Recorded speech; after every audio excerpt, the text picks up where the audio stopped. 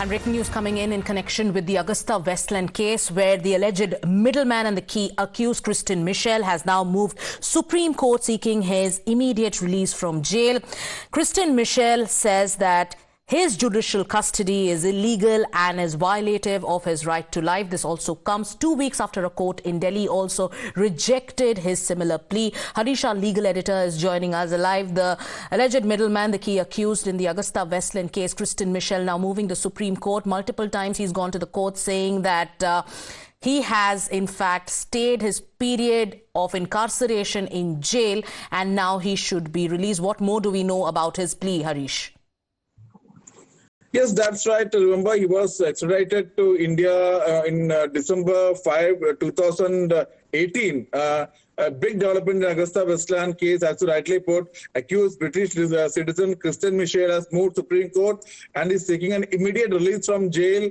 And he says that I have already spent 5 years, 3 months in judicial custody, and maximum sentence is, if convicted, is just 5 years.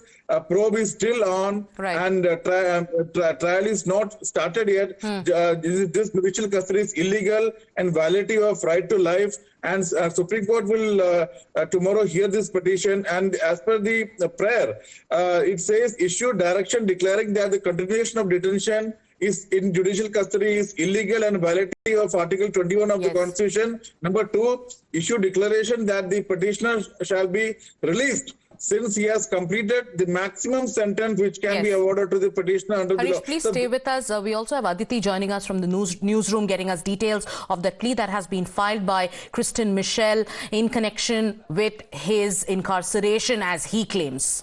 Well, Sagarika, this 2013 multi-million-dollar VVIP chopper deal that were bought for alleged Indian politicians shocked many back in 2013, and we have over here British arms consultant Christian Michel now moving Supreme Court saying that he should be granted bail.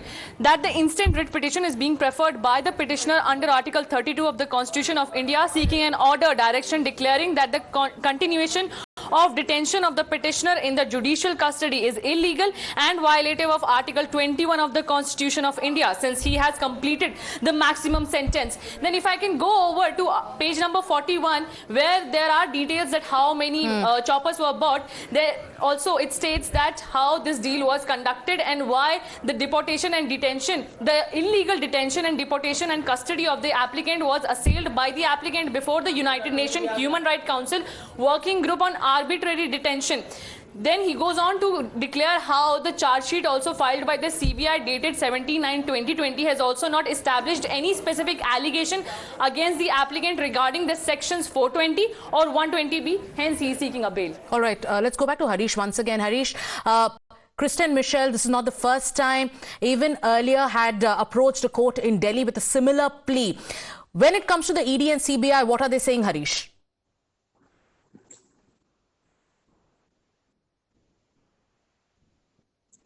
Yes, in fact, what has been noted is that the ED and CBI has been saying that